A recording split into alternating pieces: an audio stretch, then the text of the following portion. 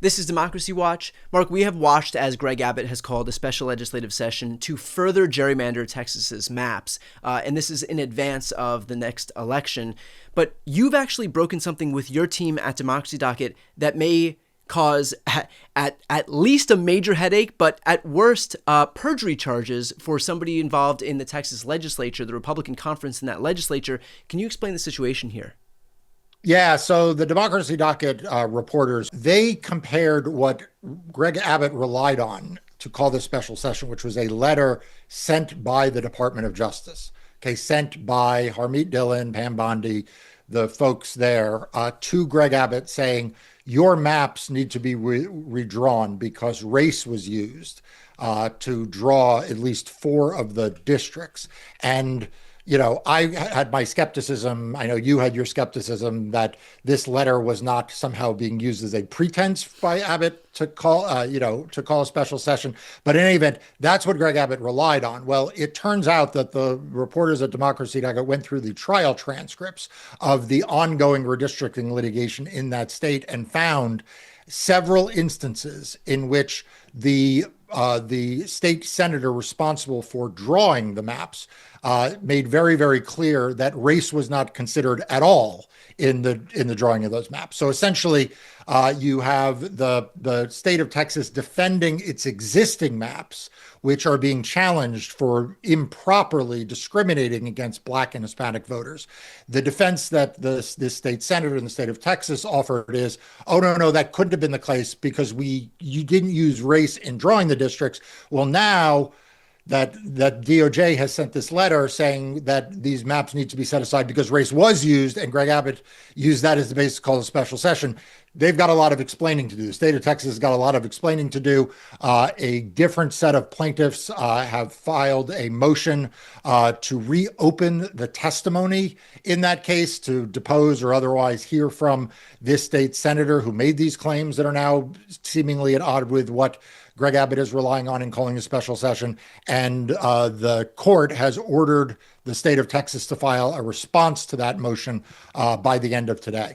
So you have a Republican Texas state senator who went under oath and said that the maps did not rely on race. Race wasn't a factor in drawing these maps.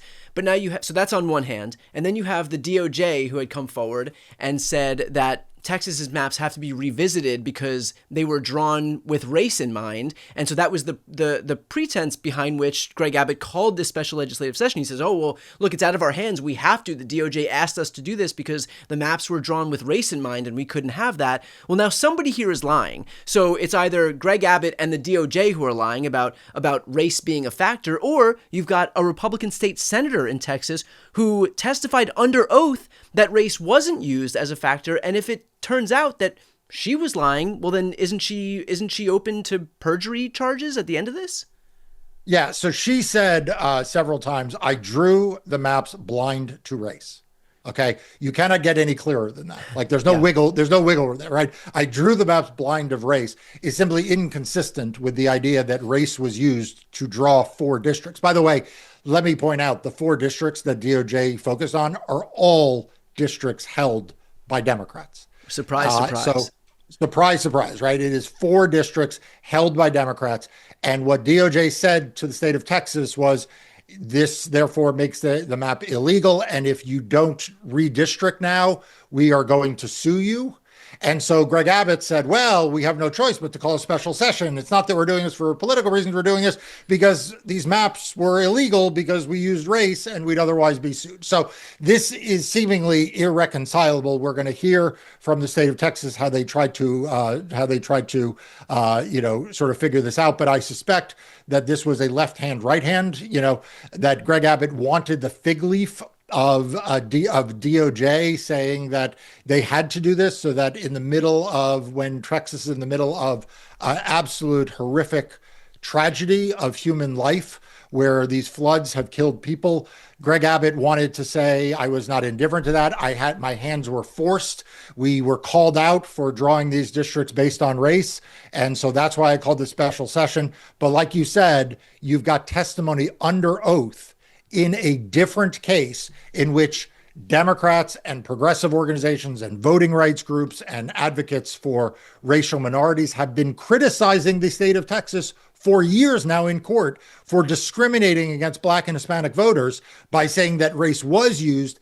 And the state of Texas was saying, no, no, no, no race was used. It was drawn blind to race. Right. So I just don't know, what they're going to say, but we're going to find out at the end of today, and we will be posting on Democracy Docket when we have their answer what it is. Great. And for folks who are looking to get that information as soon as we do have an update, if you're not yet subscribed to Democracy Docket, which is the news outlet Marc founded to focus on everything voting and elections, please make sure to sign up. I'll put the link right here on the screen and also in the post description of this video. Marc, so isn't it true then that in this instance, if Greg Abbott does want to move forward with this idea that the reason he has to redraw the maps is because they were drawn with race in mind, won't that throw this Texas state senator under the bus? Because then that kind of exposes her to perjury. I mean, the only way it throws her under the bus. It frankly throws not just her, it throws their entire case. Yeah. Texas has been being sued now in a series of lawsuits that have been aggressively litigated over the course of the last 3 years.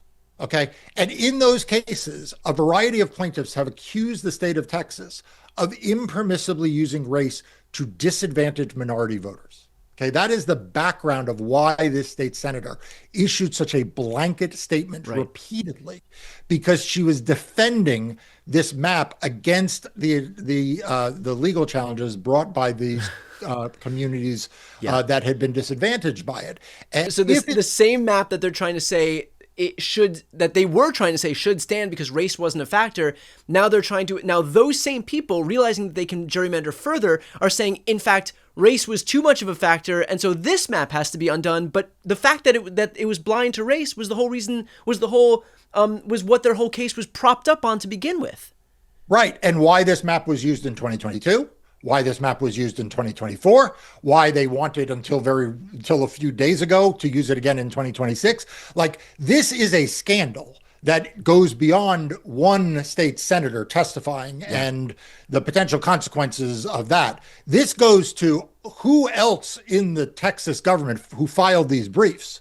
Who else in the Texas AG's office who filed these briefs? Who was signing off saying over and over again, telling federal judges that there was no use of race, that this was drawn race blind? Who was responsible for saying that, when now apparently the state of Texas is prepared to say, no, in fact, not one, not two, not three, but at least 4 districts were drawn using race? Something's not right here. And I strongly suspect that this state senator, her answer is not going to be, well, it was just me alone. Yeah. So to that point then, I mean, a lot of people have legal exposure. Is this the kind of thing where, if somebody said one thing to the courts and then has a completely different position, does that give them legal? Is that something that we've seen precedent hold in the past, where folks who've said one thing to the court and then completely changed their position, suddenly they do have legal exposure themselves? Yeah, look, this could affect the legal exposure of individuals. This could affect the ethics of people involved. I'm not jumping to the conclusion that it does. I'm just saying, like, that is in the ambit, and it ultimately could expose folks to sanctions from the court, right? I mean, the judge is not going to be thrilled that they went through an entire trial and received false testimony, right? Only to find out that the trial may need to be redone or reopened. Or is this grounds to reopen these trials? Absolutely. Okay. That is what this motion is that we're waiting on a response for. What the plaintiffs have said, who filed this motion on an emergency basis, is that new evidence reveals that witnesses potentially falsely testified that the Texas congressional map was drawn without consideration of race, and that this is flatly contradictory to what Abbott approvingly cited about the DOJ letter. And then they go on to say in their motion, one or the other is false. And plaintiffs in the court are entitled to probe whether key witnesses truthfully testified at deposition and trial on the central question of this case, given the new evidence. I mean, this is a potential game changer in the cases that have been going on. this is a potential game changer in Greg Abbott's theory about why there needs to be a special session. This potentially will have huge ramifications across the board for what the map looks like in Texas, and not in the way in which the White House and Pam Bondi and the Republicans in Congress who have hoisted this on the state of Texas intended. So we've spoken about the legal exposure that these individuals might have, the extent to which they might be sanctioned. That all notwithstanding, what about the maps themselves? I understand that this might be a situation where they can't move forward with their effort to change the maps, but are the maps that are in place even valid right now if this process plays itself out and we find out that, in fact, some folks did lie? No, potentially not. That's the point, right? I mean, the whole thing here is that the plaintiffs who have been litigating this case, their whole point is that the maps that were passed by the Texas legislature in 2021 were illegal and unconstitutional because they discriminated against minority voters. Okay, that is the lawsuit that has been going on here.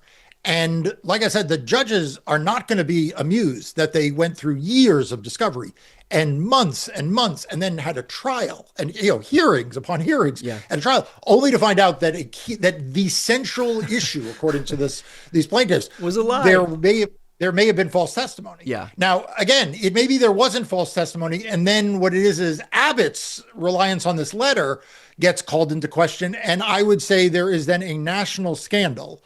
And I would argue a potential constitutional crisis if it turns out that the Department of Justice somehow purposely sent a false letter to the governor of Texas in order to instigate a political process to benefit the party of Donald Trump. Now, that may not sound like anything new, but I'm telling you, that is a new low if that's what it came to be for the Department of Justice. And I suspect one way or another, these judges are going to want to get to the bottom of it.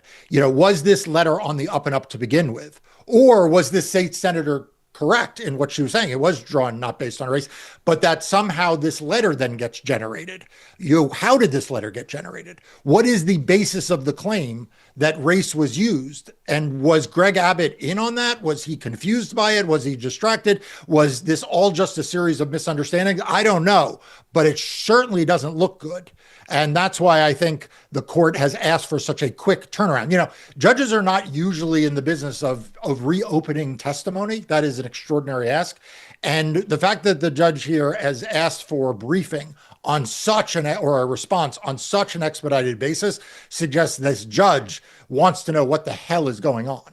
And finally, let's finish off with this. Gavin Newsome was asked about this situation and suggested that California might be in a position to respond if in fact, lawsuit notwithstanding, if in fact Texas does go through by yet again perverting this process and further gerrymandering their maps, that there are opportunities for California to be able to do the same. California currently has an independent redistricting commission, but that it is kind of a weapon on standby in the event that it needs to be deployed. Can I have your reaction to that? Yeah, good for Gavin Newsome. I mean, look, I've said this before, and I'm sure you get the negative comments when I say it, but I'm going to say it again. We cannot have a system in which Democrats play by one set of rules and Republicans by another. And that is what we have right now in redistricting. Everyone needs to understand that. California has an independent redistricting commission. New Jersey has an independent process, which is a little bit different. New York has rules against partisan gerrymandering and an independent commission that in the first instance draws map. Virginia, a state that Democrats may very well control and have controlled before, moved to special masters to avoid claims of partisan gerrymandering. I could go state after state, Colorado. I could go on and on about Democratic states that have essentially not taken advantage of their ability to draw partisan gerrymanders, but rather have put their faith in less partisan or nonpartisan or bipartisan processes. And I am here to tell you, we are not going to survive this era if every Republican state moves to the most extreme, grotesque form of gerrymandering. Because to be clear, the map in Texas is already an impermissible gerrymander.